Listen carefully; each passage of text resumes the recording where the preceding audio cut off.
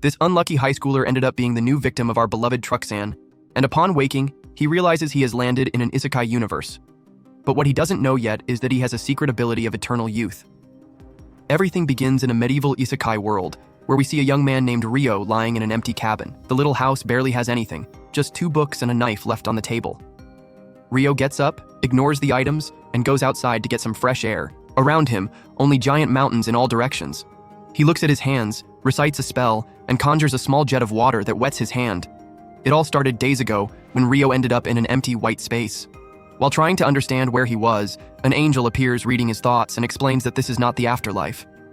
The angel is happy to finally receive a visitor after so long, but also disappointed with the way Ryo died, run over by the famous Trucoon.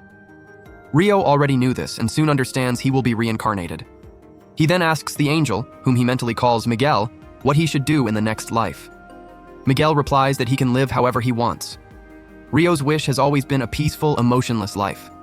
With the angel's blessing, he prepares to be reborn in the magical world of Fi. Before sending him, Miguel shares more details about Fi. There, only 20% of the population knows how to use magic. And in Ryo's case, he has talent with the water element since he asked for a calm routine. Miguel transports him to the Rondo Forest and settles him in a small house. He also leaves food for 2 months inside an igloo.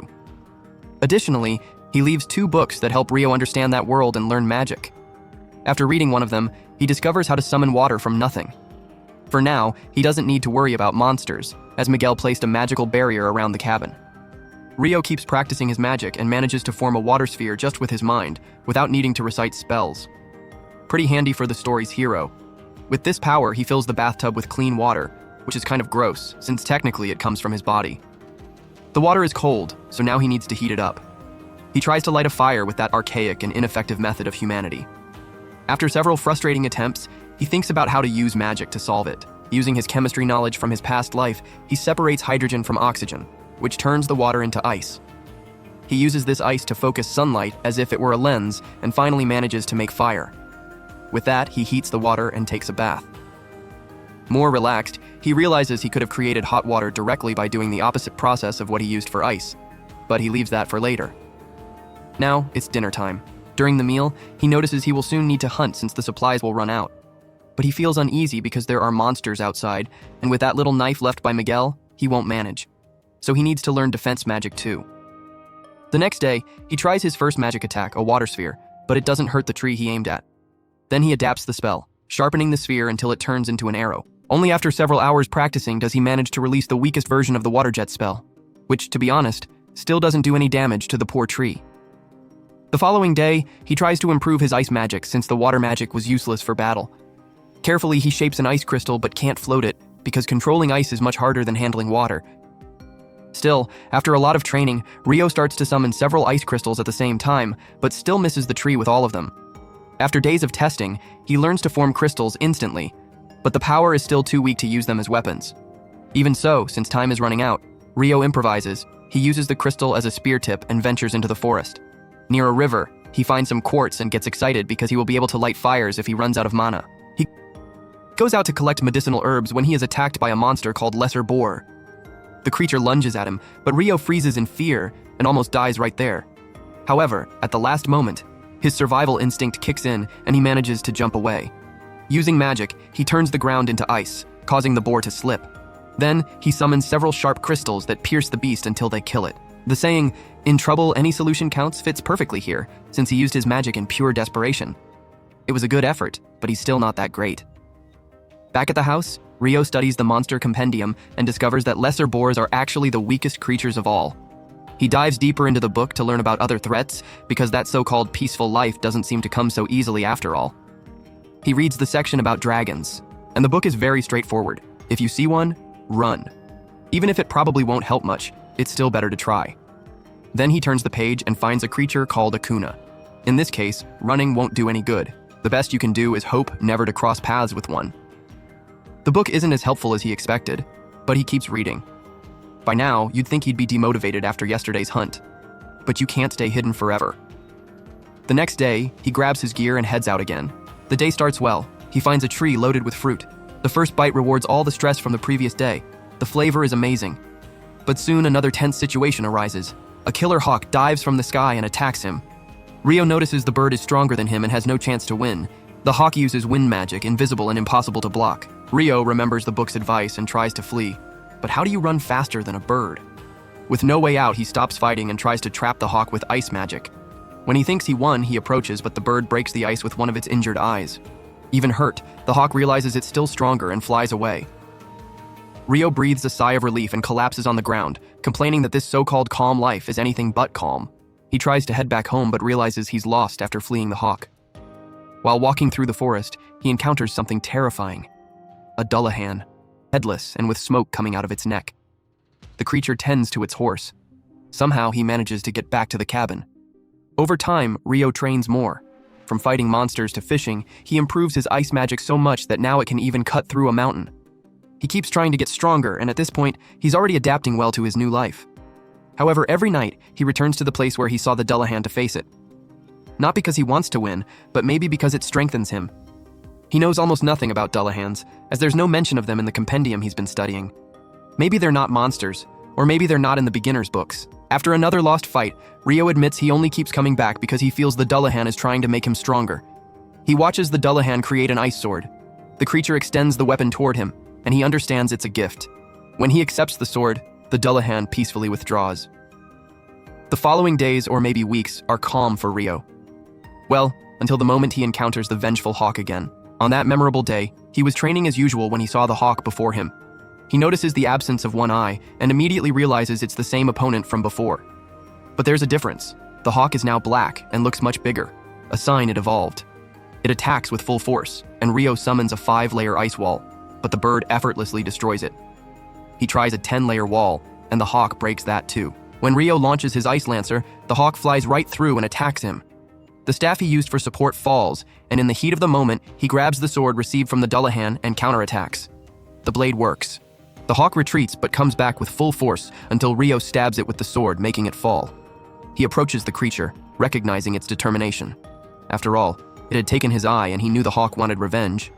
But he also understands that this battle made him stronger, so he thanks the hawk. He recognizes it evolved just to face him. As a sign of respect, it allows itself to die by his hands. He withdraws the sword, and the hawk dies. Rio continues his walk, unaware that a dragon is nearby. The dragon approaches and begins to speak. He is surprised to hear the voice of a dragon. The creature is also happy to be able to use telepathy again. It asks if Rio has seen an evolved hawk, and he replies that he defeated it. The dragon is impressed and wants to know how Rio managed to do that. So, he shows the sword. The dragon recognizes it as the blade of the Fairy King and asks what Rio did to deserve such a gift. But Rio doesn't know either. The dragon finishes asking questions. Rio takes the opportunity to ask some things as well. They chat until late, until the dragon says it needs to leave. Before going, Rio says his name, and the dragon reveals that it is called Lewin. Rio is truly enjoying his new life, so much so that the angel responsible for his reincarnation checks his records again and notices that he overlooked something important. Rio possesses a secret ability in this new world, something the angel didn't realize because the last being he sent didn't have this gift. It's the gift of eternal youth. Now the question is, how will Rio use this power, and what does it really mean for him? By the riverside, a red-haired boy lies motionless on the sand. Who could he be? During one of his morning searches for seafood along the coast, Rio comes across the wreckage of a boat, which completes his kind of solitary arc. Beside the boat, he finds the body of a man. He checks his vital signs and confirms that his essence no longer belongs to this world. Soon after, Rio notices another man on the other side of the destroyed vessel. His name is Abel. To his relief, Abel is alive and still breathing. A bit of context, Abel and some others were traveling on that boat when a brutal storm struck them by surprise. Amid the chaos, a colossal sea creature, resembling a giant octopus, emerged from the depths and attacked, splitting the vessel in two and dragging everyone to the wreck. Fortunately, the tragedy occurred near the coast, allowing their bodies to be washed ashore. Rio then carries the unconscious Abel to his home and leaves to perform household chores. Meanwhile, Abel wakes up confused, trying to understand where he is. Leaving the cabin, he finds a flower garden and a stone path leading to the forest, all made by Rio. Rio returns and expresses sincere relief upon seeing Abel awake, even without knowing who he truly is. Abel in turn is surprised. He hadn't sensed Rio's presence, which makes him wonder if Rio has some special ability to perceive his surroundings. What intrigues him most, however, is the life Rio leads, almost like a committed castaway. He considers asking if Rio is some kind of hermit who lives without clothes, but decides to hold back to avoid sounding rude. Instead, he politely introduces himself and expresses gratitude, believing that Rio saved him. Rio responds humbly, saying he merely brought him there. With a more serious expression, Rio reveals that the other crew members did not survive. Abel tells him not to feel guilty, confessing that the others were smugglers. Before he can elaborate, his stomach growls, and Rio suggests they continue the conversation over a meal. Now closer, Abel asks if Rio really has no clothes. Rio explains that he can't sew anything due to a lack of materials like thread and fabric. Abel then suggests buying some in a nearby town, but quickly realizes that Rio probably has no resources, living like an exile. Still, Abel doesn't know exactly where they are, only imagining that there might be villages nearby. Rio clarifies that there are no settlements around, which is why he lives such an isolated life. Abel asks how he gets food and is astonished to learn that Rio is a water mage. Abel is impressed. After all, only half the people in the central province know magic. This bothers Rio, as the angel Miguel had told him only 20% had that ability. Even so, Abel wants to check something and asks Rio to take him back to the wreckage. Upon arriving at the beach, they find no bodies. Rio assumes the sea carried them away or that some creature devoured them. This only reinforces the idea that without Rio's help, Abel would have met the same fate. Because of this, he reaffirms his gratitude and declares that, even as strangers, Rio is a true friend. Abel rummages through the wreckage but doesn't find what he was looking for. He then decides to change his plans. He will head to the city of Lon, which he imagines is to the north. He invites Rio to accompany him, as he needs a guide to get there. Rio doesn't understand himself very well either, but still agrees to be Abel's guide. He suggests they leave the next morning, as he needs time to organize. Abel agrees, and the two seal the deal with a handshake. At the end of the day, Rio bids farewell to his isolated life and enters the forest to meet one last time with Dullahan, the mythical creature who trained him. He shares his departure plans with Dullahan and promises to return someday. Gratefully, he thanks him for everything he received and proposes one last battle. They fight with full intensity, and at the end of the battle, Dullahan remains standing. At the farewell, Dullahan offers a gift, clothes worthy of a protagonist, ending Rio's wanderer phase. The next morning, wearing his new outfit, Rio begins his journey north alongside Abel, leaving behind his solitary routine. Along the way, they encounter a wild boar. Abel, even without mastering magic, uses a sword technique that enhances his movements and slays the animal with a precise blow.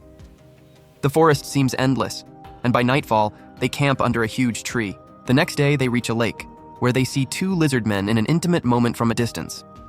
Abel avoids confrontation, knowing these creatures are powerful, and the two detour to the left. But Rio, using his sensory ability, senses beings approaching rapidly. He suspects the lizardmen notice their presence. Abel asks Rio to stay behind him, but Rio refuses, sensing the number of approaching enemies. Abel doubts the effectiveness of magic without a staff, but Rio surprises him by demonstrating that he needs no artifact, not even incantations. Immediately, he conjures ice crystals and hurls them at four lizardmen, defeating them in seconds. In an instant, the battle Abel couldn't have won is resolved effortlessly by Rio. Impressed, Abel asks about the spell used, which he has never seen before. Rio, modestly, says it was just a water spear, nothing special. But Abel disagrees, clearly having seen Rio summon 4 spears at once, something no mage is capable of according to him. Rio admits he didn't know about that limitation and tries to change the subject. Abel insists, saying that at least for wind mages, that rule applies. Rio then reminds him that he is a water mage. Before resuming the walk, Rio conjures drinking water with a gesture and offers it to Abel, saying they still have a long journey and need to stay hydrated. Abel accepts, but again something unsettles him. Rio's spells are very different from what he's used to. However, Rio leaves no room for discussion. They move on, and already approaching Luna, Abel gives Rio a coin usable in the city. Rio is moved. It's the first time he's held money since arriving in that world. Seeing his reaction, Abel explains that there are different types of coins, and this one belongs to the kingdom of Nightly, of which Luna is a part. He also mentions the other 2 cities that make up this kingdom, the Hondolo Federation and the Duhi Empire. As soon as Abel mentions Duhi, Rio stops walking. Abel suspects Rio might have some connection with the city and asks directly. Rio says no, but was caught off guard by the name. The sound doesn't please him. He imagines how odd it would be to introduce himself as a member of that place. Fortunately, he does not belong to that city. They continue traveling, commenting on this, until they pass some rocks. Abel notices one of them moving. He attacks immediately, and Rio follows, but they soon realize they've entered a stone golem nest. One of the golems tries to reconstruct itself. Abel attacks with his blade, but the monster regenerates easily. Realizing that the sword is ineffective, Rio summons a 10-layered ice formation and hurls it at 2 golems. The magic destroys them. He repeats the attack on the others. Upon reaching the last one, he notices it is motionless, lying on its back. He concludes that the golems absorb energy from the ground and, in that position, are powerless. Under one of them, they find a magic core. Abel recognizes that these golems must have annihilated many creatures, and the cores are valuable. They decide to take the item as a battle reward. Rio considers collecting from the other golems, but sees they're busy fighting the ice blocks he left behind. They decide to move on. Just ahead, they find another creature. Rio thinks it's just a frog, but Abel believes it's a behemoth. There's no time for discussion. Several wyverns appear in the sky. They are in the midst of a fierce battle, but are lucky. The behemoth is also being attacked and will not allow itself to be defeated. The creature counterattacks with magic and wins. Rio is impressed by what he sees. At night, they sit by the fire and talk. Rio teases Abel, saying he expected to see him face the behemoth as part of a second round. Despite the light tone, it's just a subtle provocation. They discuss the behemoth's ability to nullify magic. Abel comments that he's only seen something similar in dungeon traps. This piques Rio's curiosity. Abel notices and asks if he's interested in dungeons. Rio says yes. Abel then says the kingdom's only dungeon is in Luna, their final destination. Rio pretends to be outraged that Abel kept this information, but Abel retorts that he'd never have known about Rio's interest in such places. When Rio insists on knowing what else is being withheld, Abel asks if he's ever seen dwarves and elves. He states that Luna has many dwarves, all powerful. Rio says he already knew that. Abel is surprised. He continues, saying there's only one elf in Luna. Rio again states he also knew that. They move through the mountain until Rio tells Abel that upon crossing the ridge, they'll find a human community. Abel didn't expect Rio to know that. Curious, he asks how he has this knowledge. Rio recalls the conversation with the dragon, but knows Abel wouldn't believe him. So he changes the subject. As they advance, they sense a high-level monster. Abel prepares to fight, but upon seeing it, panics. The sight of the creature paralyzes him. Rio calls to him and throws meat to the creature. After swallowing the food, it simply leaves. Abel sighs in relief, thanking Rio for his action. They continue the journey, questioning what is strange about that region. The monsters there shouldn't coexist so close to humans. They remember that wyverns always fly from the north.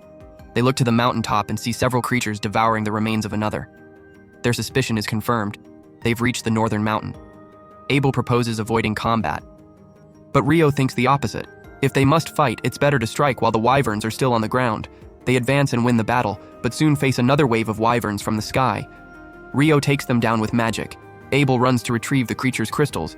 Excited, Abel celebrates the fight, and when new monsters appear, he smiles. At the end of the confrontation, the two look at each other and smile. They are becoming a formidable duo.